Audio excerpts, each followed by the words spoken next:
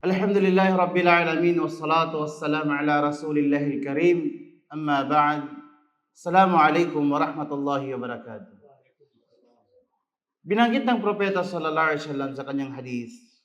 Qala Rasul sallallahu alaihi wasallam, "Izhad fid dunya yuhibbukallah. Wazhad fima 'indan nas yuhibbukan nas." Sinabi ng propeta sallallahu alaihi wasallam, sabi niya, huwag kang magpaka-alipin o huwag kang maging masyadong mapagmahal sa mundo. Pag ginawa mo yan, mamahalin ka ng Allah subhanahu wa ta'ala. Makakamit mo ang pagmamahal ng dakilang Allah.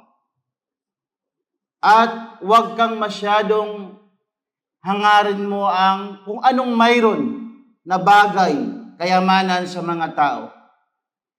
Pag ginawa mo yan, mamahalin ka ng mga tao. Ang hadis na ito ay tinuturuan tayo ng propeta sallallahu alaihi wasallam na kung saan makakamit natin ang pagmamahal ng Allah subhanahu wa ta'ala sa mga taong yung zuhud. Yung zuhud, ibig sabihin, hindi yung mga taong ayaw nila sa mundo. Ayaw nilang sa mga bagay sa mundo.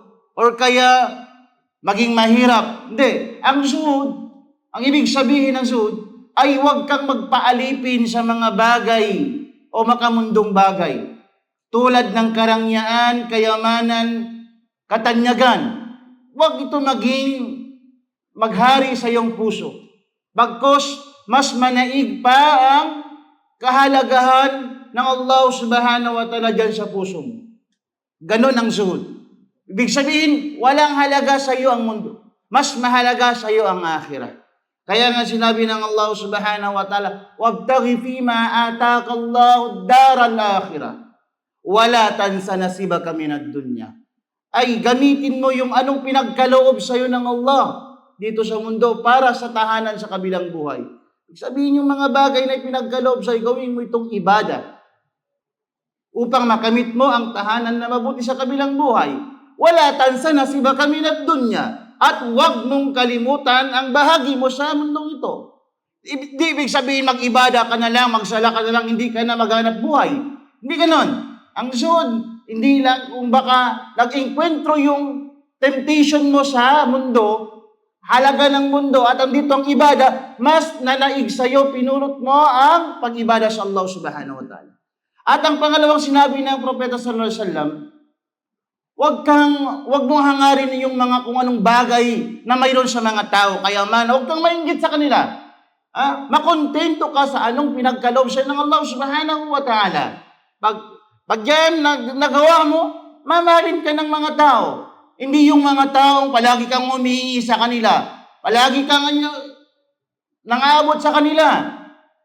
Hindi yun maganda sa katangian bilang isang Muslim. Kaya mga kapatid sa Islam, kung gusto mong mahalin ka ng Allah, dapat talikuran mong ang mga mundo na ito. Fala taghurrannakumul hayatad dunya.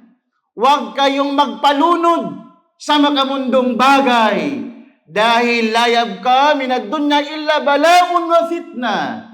Walang natitira dito sa mundo, maliban lamang ito ay fitna at mga bala. Kaya ang sinabi ng propeta sallallahu alaihi wasallam, ad-dunya mal'un o man fiha. Ila akhir hadith. Ang mundo na ito ay kinamuyan ng Allah at yung mga naninirahan sa loob niya. Maliban lamang sa mga taong nag-alala sa Allah subhanahu wa ta'ala. Ito yung mundo na kung saan hindi fit sa atin na manirahan dito.